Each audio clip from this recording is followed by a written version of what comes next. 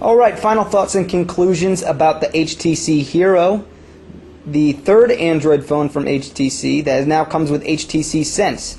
From a hardware perspective and a software perspective, it's an improvement over existing Android models, and it's the best Android phone out there.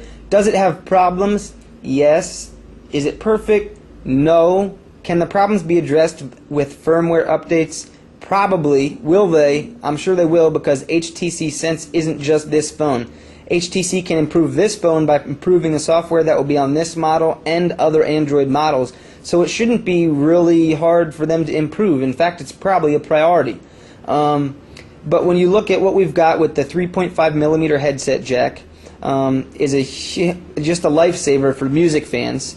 And when you combine that with the widgets that they have, like the multimedia widget, and how this works, it really is pretty much like a MP3 player. Well, better than an MP3 player, but the speaker's nice, loud and clear. Of course, you're going to be using your headphones since you have this, but the media player is awesome. You have an improvement with the 5-megapixel camera now, and the improvement comes with the audio, with the quality of the picture. And but I think mainly a lot of the improvements that I see are with the editing features, with the option to zoom, with the ability to do to change what resolution you're taking the picture at, to do contrasts, stuff like that, which hadn't been available in previous models. The pictures come out good. There is no flash on them. That's a different.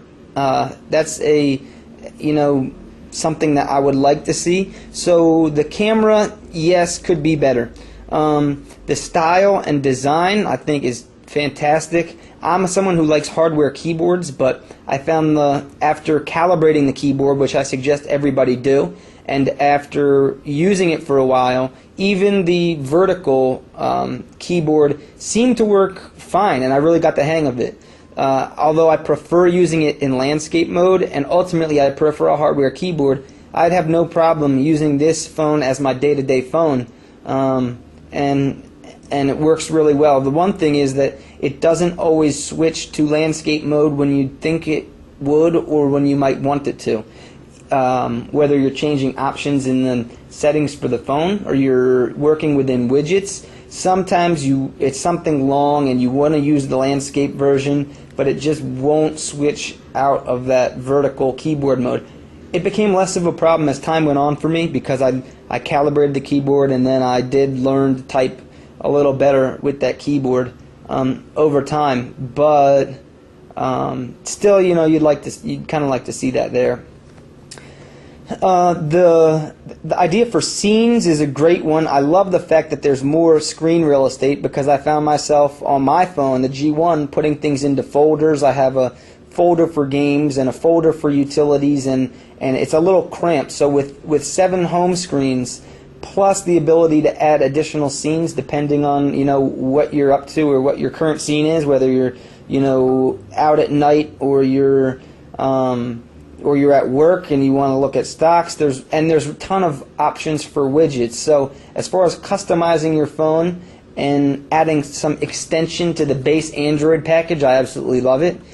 Let's see, what else can we tell you? The trackball and the hardware buttons and the touchscreen are great. Some people mentioned the touchscreen was a little bit slow and laggy, and I'll agree to an extent. I think in some cases it's a matter of the widgets not having access to update in the background, and that might even be that might even be something that we can change in data synchronization. So yeah, if you're looking at Google background data, so it looks like this is automatically synced. Some of the things like the weather and the time, you just saw the time change right there. I think that's stuff that's really simple to fix, and they'll fix it over time. I mean, maybe not really simple, but they're minor issues. They're polish issues. I think we all already agree that this is the most polished Android phone on the market in terms of the user interface and the integration. So, I'm willing to deal with a little bit of a lagginess, and I think that it will be improved.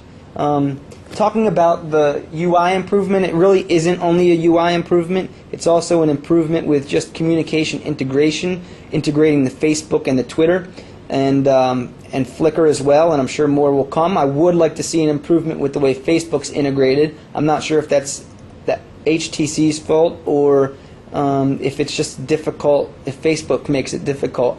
But I really like the way that they have you can add the favorites as widgets, and you can view, different correspondence from the same person in the same window with texts and chats and Facebook status updates and all in one window. That's very neat.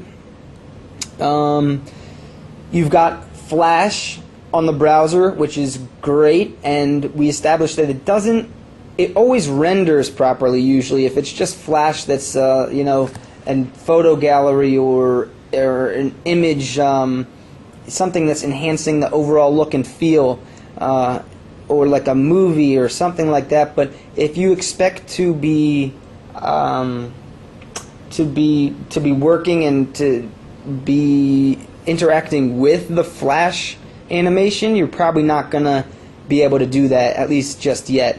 That may come down the road. This is the first time that HTC's integrated the Flash with Android, and right now you do get a vast improvement in the browser rendering, and more web pages load better. If you want an example, load htc.com and tell me how awesome it looks, and then load it on another phone and see where you get the error message saying you need Flash to do it.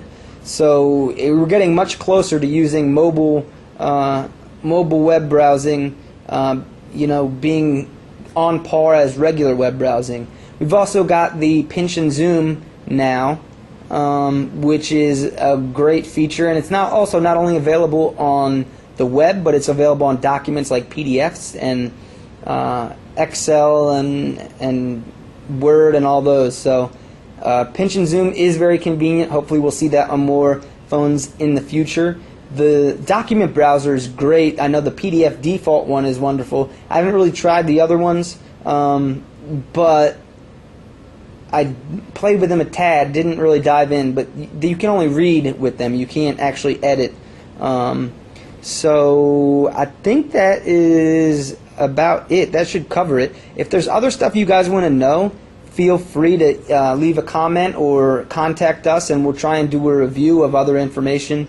Remember, this version of the Hero is the UK European version, and I'm operating it on T-Mobile USA, and so it doesn't have 3G band. So all my reviews have been a little bit toned down because I'm not able to access the network with the speed. By the way, the sound quality of phone calls I thought was pretty darn good, and the overall look of the phone. And I think this does play, the chin here does play in, not only from a look standpoint but a feel standpoint.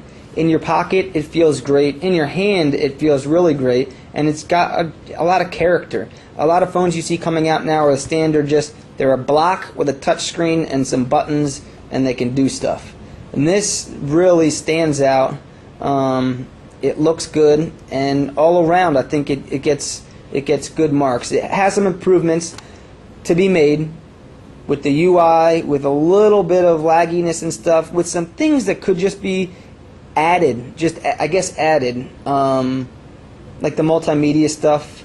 I'd like to see a flash camera, obviously, but hey, we're going to see 15 to 20 more Android phones by the end of this year, and I bet you a bunch of them are coming from HTC, so they've got to leave something to improve. The HTC Hero is already one of the best phones on the market. I can't wait till it comes to the United States. Not sure what carrier it's going to be on, but you're probably going to want it. So HTC Hero, definite winner. Take care.